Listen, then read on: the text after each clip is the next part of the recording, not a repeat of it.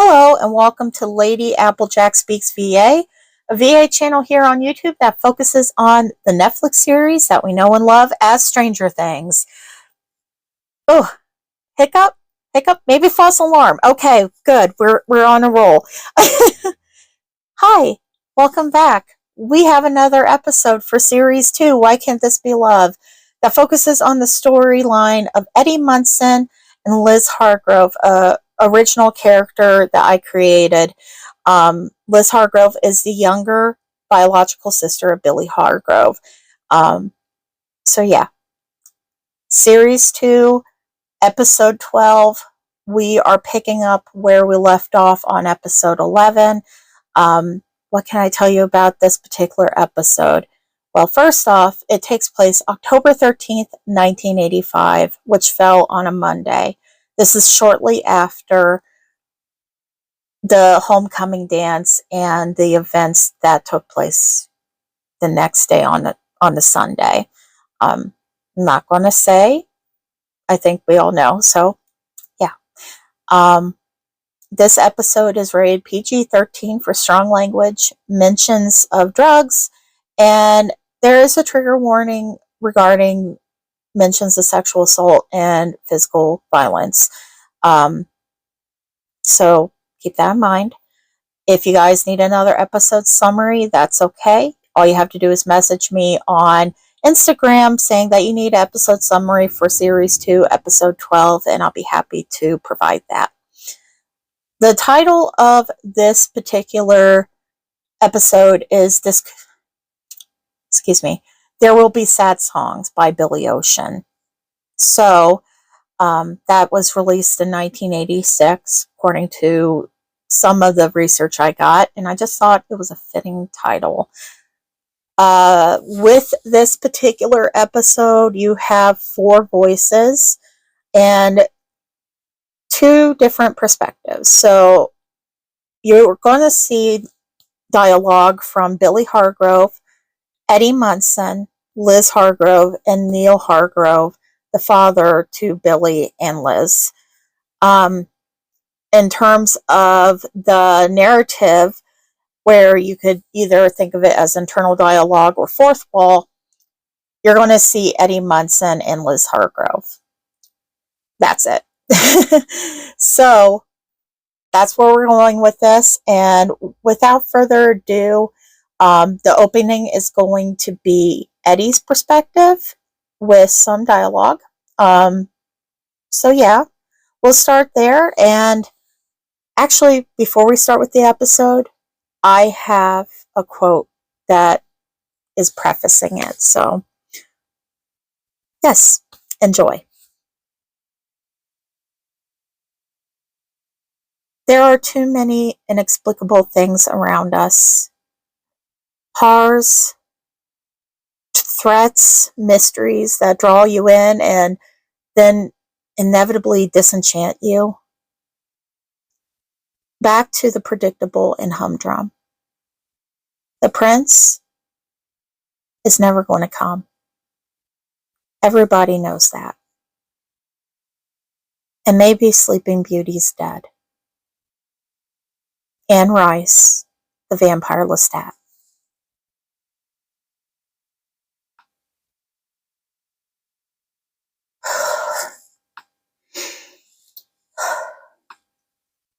Liz, she wasn't at school today. Neither was Billy nor Max. I tried figuring out if she was okay. I called the house a few times, but it just kept ringing. I found out, though, through Nancy Wheeler that Mrs. Hargrove had called the kids in sick today. Apparently, she said they had a strain of the flu. That they must have gone at past weekend's dance. I'm not buying it, though. After school, I make my way to the garage, and it's with reluctance. I can't keep my head on straight, but I'm not able to call off this early in my job. I had just started this job a couple weeks ago. I made up my mind, though, that as soon as my shift was over, as soon as I was done with all the tasks that I needed to get done with, I was going to drive over to the Hargroves. I was going to find out if Liz was okay.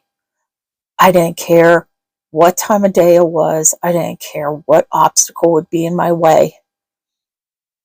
I had to make sure she was all right. That feeling that keeps coming back, like that heavy, heavy feeling, it has just, it's so loud in my head. And I just need to prove to myself that she's fine, that she's okay, and I'm just being fucking lovesick fool. I needed to see with my own eyes that she was okay. And if she isn't, then I have to do something. I just don't know what the fuck I would do. I'm working on an oil change right now, and I feel somebody tapping on my shoulder. I feel so fucking agitated. I'm just assuming that it's Ricky, my annoying and not so car savvy coworker. Like, I have time to deal with his shit. I don't even bother turning around. I'm just trying to focus on the task at hand. Damn it, Ricky. Whatever it is, I'll be right there after I'm done doing this. All right, man? God, get off my balls for just a second. Is that how you talk around your employer? I recognize the voice, and immediately I'm on high alert. I turn around, and sure enough, Mr. Hargrove is standing there. Mr. Hargrove? What did you do to her? Why wasn't she at school today? I'm only going to tell you this once, and trust me when I say you're lucky to even be given a warning. You are going to end things with Lisetta tonight, over the phone. Last night, I hope it was good, because the last night when you saw her is going to be the last time you'll ever see her again.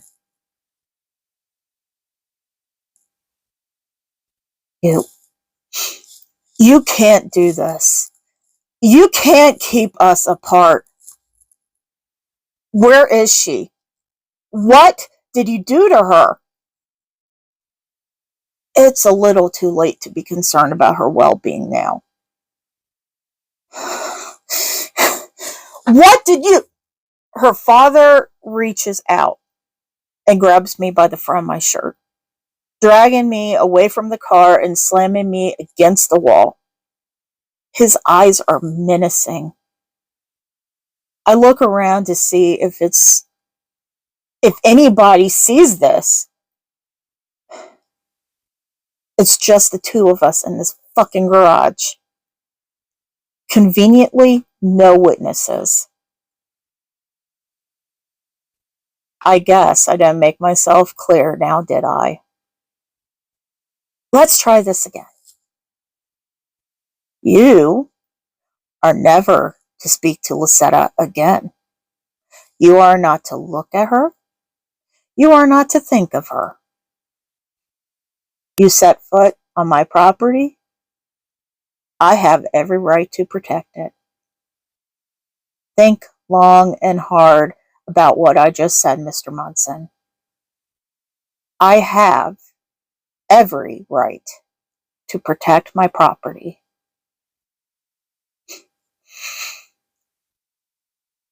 She isn't your property. I don't know what the fuck you did, but I'll find out. Ugh.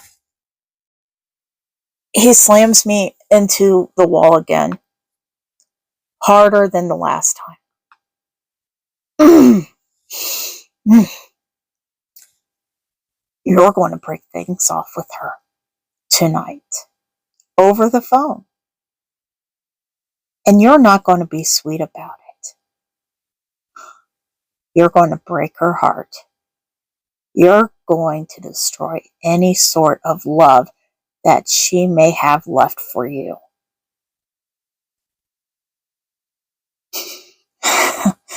And if I don't, I can make your life very, very uncomfortable for you. You see, I know about the drug dealing. I know that you like to deal not only in marijuana, but narcotics, like Special K. That could get you some pretty decent time in the pen. I also know, if you don't seem to care about that, that you care about your uncle very deeply. I know his exact route to work. He takes some pretty shitty roads that have a lot of curves. Roads that you don't want to take in the dead of night, like he does. I know enough that if anything may happen to him, it could look like an accident. Oh, I got your attention now, didn't I? If that's not enough, I can also assure you that I can make Lisetta's life a little more challenging for her, too. I know what you're thinking. But she's your daughter. You wouldn't do anything to hurt her.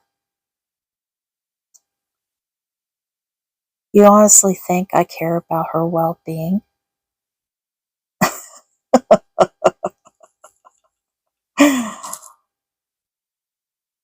Then why? Why are you doing this? Because no one gets to play with my things. You will end it tonight.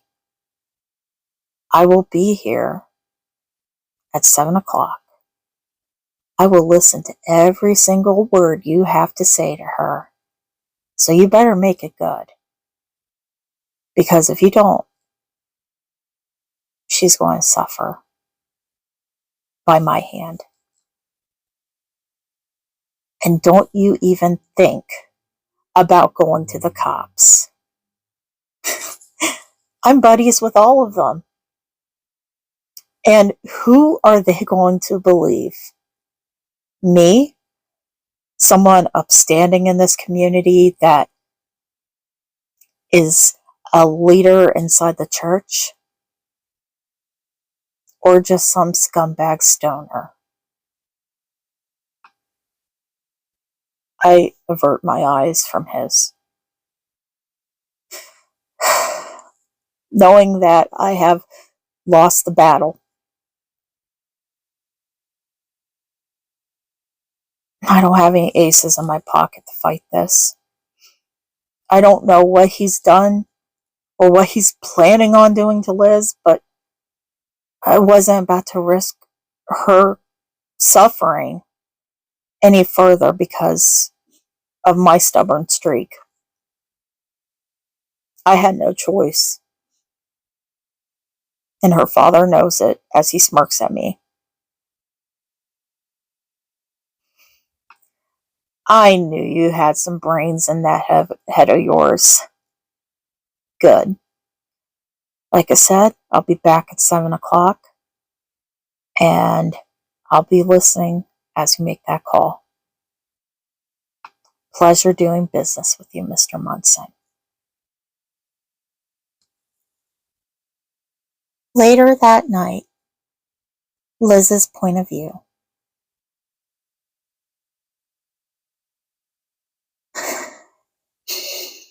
I spent most of the day in bed. Everything is hurting. My body, it aches all over.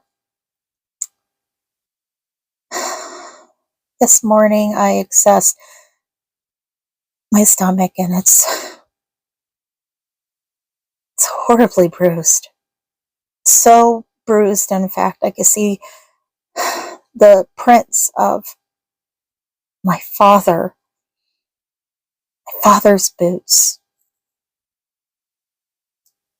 Susan had come in earlier that morning and did an assessment. She said that she thought a couple of my ribs were cracked. But I can't go to the hospital. She would just have to keep an eye on me herself. Again, she's trying to protect him, even though she knows what he did. Everyone in this house knows what he did. My face isn't any better either.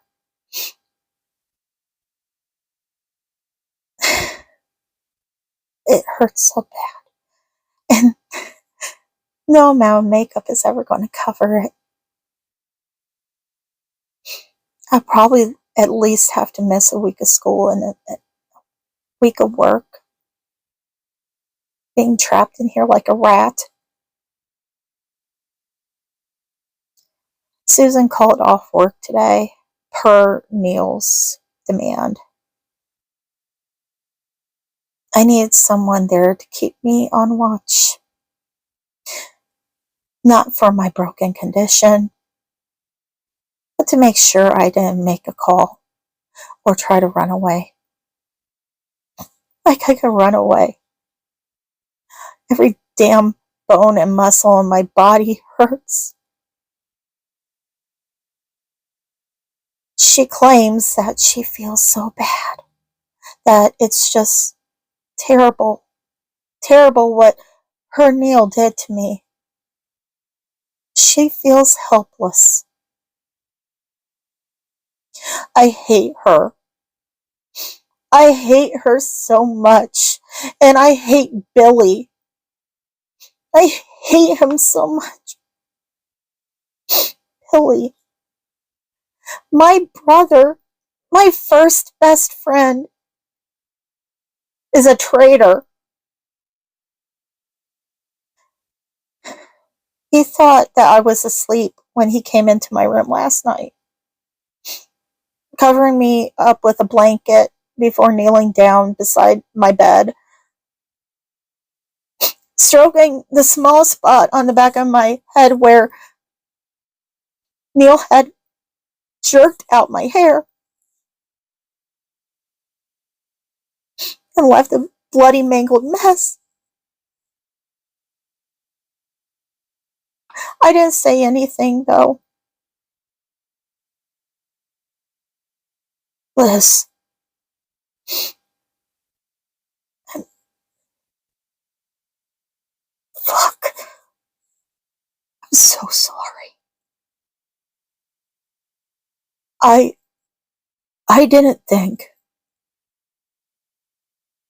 I didn't know he would go this far. I just thought he would smack you around a bit. I didn't think that he would ever do this. Please, please, please, you gotta believe me. Liz.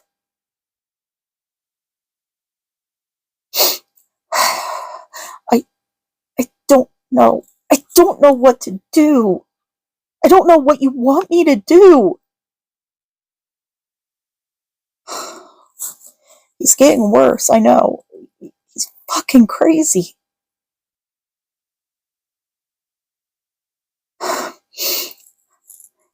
No. Liz, listen, please. I'm going to get you away from here, okay? You have to just give me some time. I'll figure it all out. I'll get you away. In the meantime, though, Snow, I hate saying this, but you have to do whatever it is he wants. Whatever it is. And I'm so sorry for that. But it's to protect you until I can figure out a way, okay? Liz,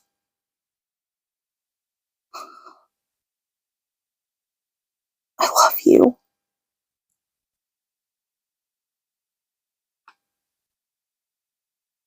The day slowly fades into night, and my room is now dark. I used to always be so afraid of the dark. I don't move to turn on the light or the radio. I don't even think music can make me smile. The phone on my bedside table rings. Neil hadn't taken it away like I expected him to, much to my surprise. I pick it up, gently cradling it against my bruised cheekbone. Hello? Liz. It's, oh, oh my God. I'm so happy to hear your voice. We need to talk. It's, I don't want to do this anymore.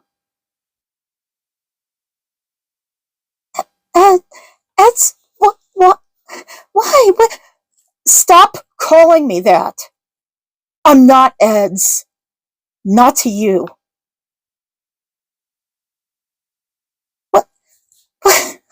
What's going on? Eddie, please.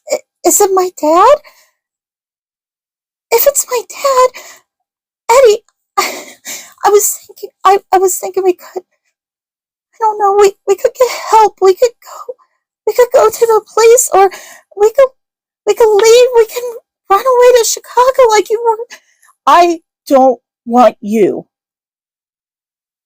God, don't you think I fucking get tired of you?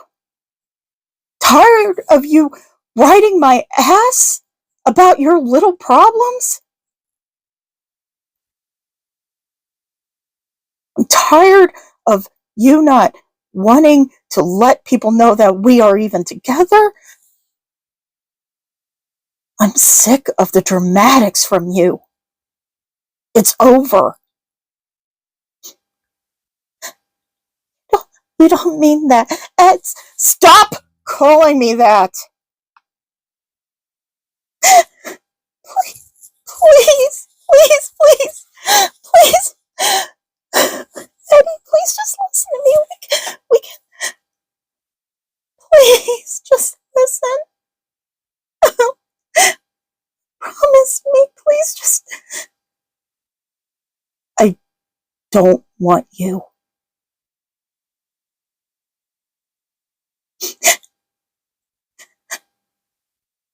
Let that sink in. I don't want you.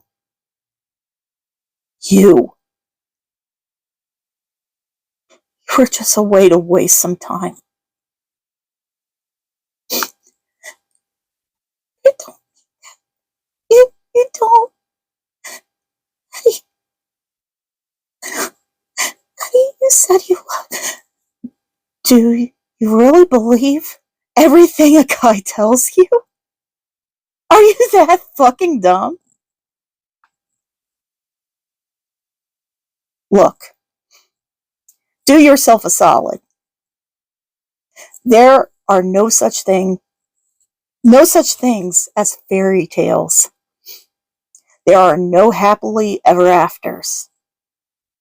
The prince isn't coming, and there's no shame in running. Get that through your head, princess. You'll hurt less when you finally realize this.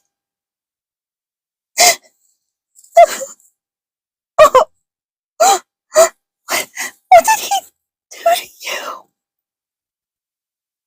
Goodbye, Liz. No, Eddie. Eddie. Please, Eddie. Please.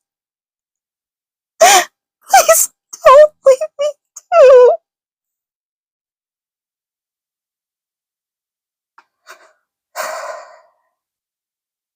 Eddie's point of view. I hang up the phone, feeling the coolness of the gun barrel back off slightly from the base of my neck. Her father's grim chuckle echoes behind me.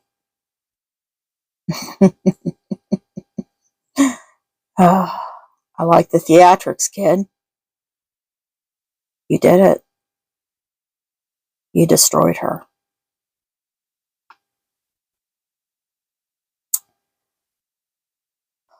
Destroyed her. I destroyed her.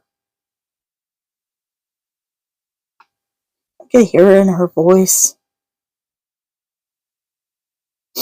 I had promised that I was not ever going to make her cry or make her feel like she was nothing. And then I destroyed her. I felt myself tearing up as I remembered the way her voice sounded so broken. I think back to all the times that I promised her that we were going to be together, that we were unstoppable. I hurt the one person that actually meant something to me. It all flashes before my eyes. All the what ifs that I'm never going to experience with her. Moving into our first home together. Taking her on tour to all the punk shows out there. Dedicating my first album to her. Marrying her. Her, all belly, carrying the children that we are never going to have now. Me growing old with her. Dancing to her favorite song. Surrounded by grandbabies. And that one phone call, all of it is gone. Never meant to be. I rest my head on the cluttered desk in the now empty garage office. Jesus.